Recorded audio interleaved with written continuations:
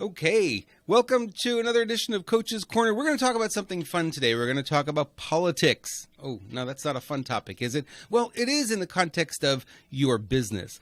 We're going to talk about politics. We're going to talk about hope. We're going to talk about fear. We're going to talk about greed, talking even about the stock market and what it means for your business on this edition of Coach's Corner. Stay tuned.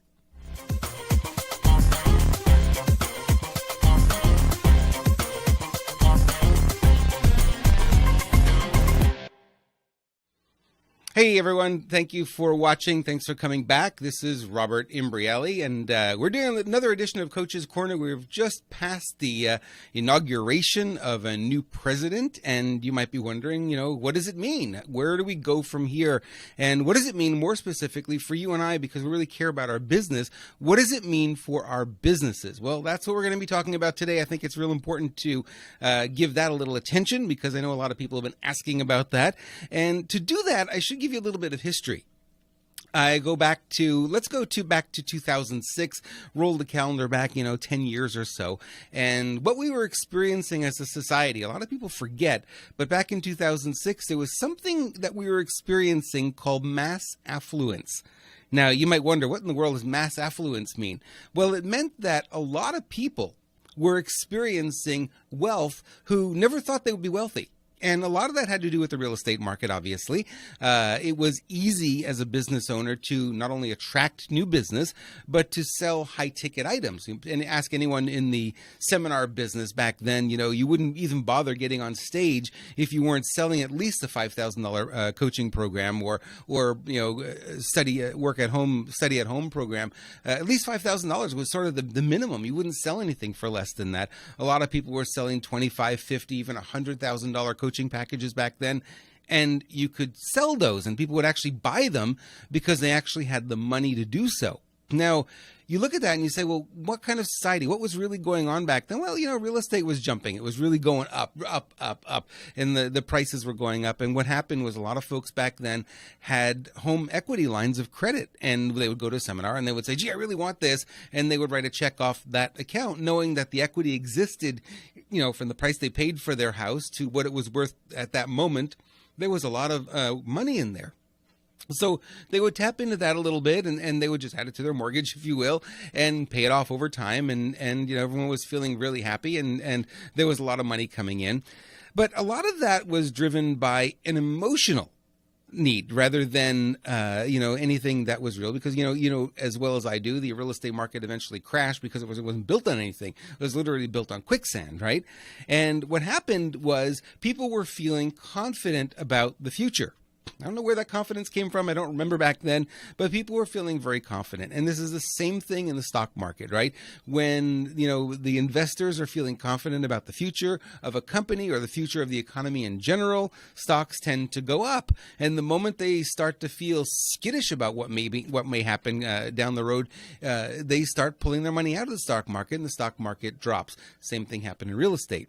All of a sudden, around 2007, late 2007, 2008, we had, the election season again, and we had a new administration come in, and it created an enormous amount of uncertainty in the marketplace, right? We had no idea what was going to happen. Everything was changing. The real estate, the bottom had fallen out, and the economy was literally in free fall. Now we had a new administration, unproven, someone without experience coming into office, and everyone panicked. All the businesses, everybody panicked, and money stopped flowing. And not just slowed down. I think it was really a hard stop. I got to tell you, back in 2008, after the election was over, and we had the new President Obama elected, I had friends calling me, and I have a lot of high-level friends. I have a lot of high-level people in business who I know personally and are really good friends and known them for many, many years, and many of them very successful, multiple millions of dollars per year in sales. And they would call me up, and there was this fear in their voice. And what's going on? They said, I don't know what's happened, but the phone stopped ringing. People are not even opening my emails anymore. They don't want to hear from me. And I had another group of people who were in the seminar business, as I was. We were producing seminars back then. And they said it's almost impossible to work with the hotels now. In the past, you'd say, I'm going to have a seminar for 100 people. And you'd sign a contract. And a week before, you'd say, it's only 10 people coming. And they would just change it. No big deal. And you had 30 days after the event to pay them. It was, it was easy going. It was great. And all of a sudden it changed. And the hotels were demanding full payment upfront before the event even took place. Now, in the seminar business, that's a hard thing to do because the money actually flows after the event, not before the event. So it became a lot harder. And it was harder and harder back then to put people in the seminar to begin with. People wouldn't travel anymore because travel became harder.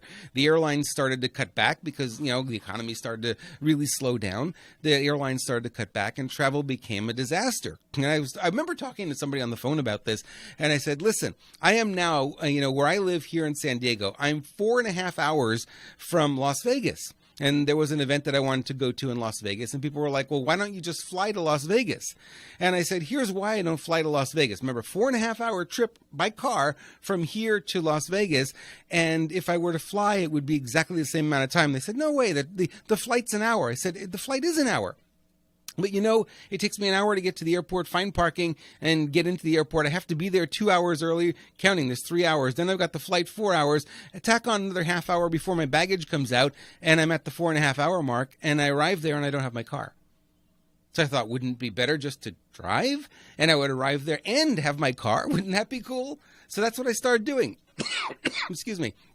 And, a lot of people started to do that because travel became a real pain. So in your seminar business, and people aren't traveling anymore, or they're traveling locally, but they're not traveling, literally, if someone was having a seminar in Florida, I would think nothing of hopping on an airplane from San Diego to Florida to go to a seminar. And I did that many, many times. And not anymore. After 2008, it was just like, okay, we're not doing this anymore. It's too aggravating. It's too challenging. There's just, too many things that make it miserable instead of fun. So what ended up happening was a lot of people in the business world, they looked and they said, there's an uncertain future ahead. We have no idea what's going to happen. So they started to pull back. They stopped investing. They stopped hiring. They stopped doing the things that they were doing before that was making themselves successful. And for me, it was the same thing. And I got to tell you, phone call after phone call with people who are doing the same kind of business I'm doing. And they're just like, I don't know what's happened. The phone stopped ringing. The clients aren't there. I had a number of clients in business back then who I was consulting and helping them to grow their business, and all of a sudden the sales stopped. And there's nothing that we could do to revive them. We tried all different things, and eventually they threw in the towel and closed the business. I can't tell you how many of them did that. It was bad times for a lot of people. So we had this 8-year period, literally, where there was a lot of fear and uncertainty in the marketplace. There really wasn't anything being injected in there that was really going to rise things up and make it better for all of us. And a lot of business owners literally went out of business. As well as I do, it's not a mystery, right? You drive down the strip mall and look how many vacancies there were during that time. There was quite a few. Actually, there was one strip mall that only had 3 tenants out of a possible 30. I mean, how these guys stay in business, I don't know. But you look at it today and you say, okay, so where are we going to go 2017? Where are we going to go forward? Regardless of your politics. I don't really care what your politics are. See, this is an emotional game more than it is anything else, just like the stock market. If there's hope over the horizon and people feel certainty about something, they start investing. Stock market goes up. We've seen that now. The stock market's been going up, right?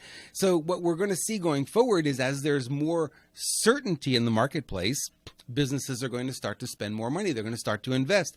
If you're a consultant like I am and you rely on small business owners as your bread and butter, this is good news because there's going to be more business. Now, the other thing that's going to happen is healthcare is going to change. Healthcare literally sucked all the discretionary income out of the marketplace for most families. Because the rates just kept rising and rising and rising. They were promised to go the other way. The reality is they didn't. And, when the family looks at it and says, gee, am I going to go to a seminar or am I going to pay for healthcare? Well, healthcare is going to win out every time, right? Are they going to buy a new book? Or are they going to get healthcare? Healthcare is going to win out over all the time. So what happened was that money that was being spent with us as business owners and buying our products and buying our services, it dried up and it just wasn't there as much anymore. It was much harder. Wasn't in the real estate anymore. Couldn't tap into the home equity lines of credit. That was all gone because the real estate, values dropped so dramatically. And all of a sudden, the money the families are making, bringing in on a weekly, monthly basis, there's just no extra anymore. They've been choked. So what happens to the economy chokes. So this is really good news for us right now. I think there's some good stuff happening out there. I think literally the way I look at it anyway, and I could be wrong about it, but the way I look at it right now, there's hope over the horizon and you're seeing businesses, starting to reinvest invest in this country. This is a good thing. This will create more jobs. More jobs means that their, salaries are going to go up. If we deal with the healthcare thing, get that under control a little bit, make it more reasonable. I don't really care if there's Obamacare, not Obamacare. Really, I'm not involved in that. Just get the prices down to where they're manageable for families. There'll be more money that they can spend. You remember back under the George Bush presidency, there was at one point they gave every person $300. You say, well, $300, what's that's not a big deal. It's such a pittance of money. But everyone who received that money went out. What did they do? They went out and spent it, right? And that spun the economy. That made it go. So you can look at that from that perspective, and you could say, what if healthcare just dropped by $300 a month for every family? Just a small amount. What are they going to do with that money? They're going to start spending it. They're going to go to movies. They're going to go to restaurants. They're going to do other things. They're going to buy our products. They're going to buy our books, our services. They may attend one of our seminars, right? So the economy will start to spin. And that's the way I'm looking at it right now. I don't really care what the politics are. I don't really care which side of the aisle you're on. I don't really care about any of that. You can agree with me, disagree with me. I'm fine with that too. But I always look at it from an emotional perspective. People are hopeful right now. People are looking over the horizon and seeing good things, rainbows, rainbows and sunshine. It's going to be great, as we're going forward. And that's really all that matters. It really doesn't matter what happens in reality for the moment, because right now that's the emotional space that people are in.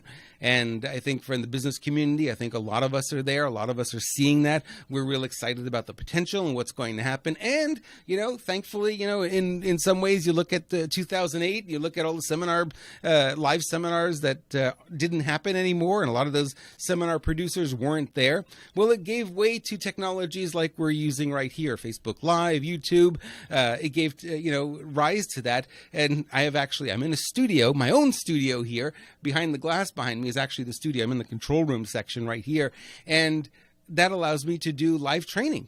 I can do live training and reach a global audience now without having to go anywhere, without anybody really needing to travel. So all of this was born out of, the bad times, if you will. So if you look at the bad times, well, you know what? You can look at the other side and say, what came out of it that was good? For me, this is one of the best things that came out of it was live streaming video, which pretty much everybody now has access to, and really high quality streaming video too, which is really kind of cool.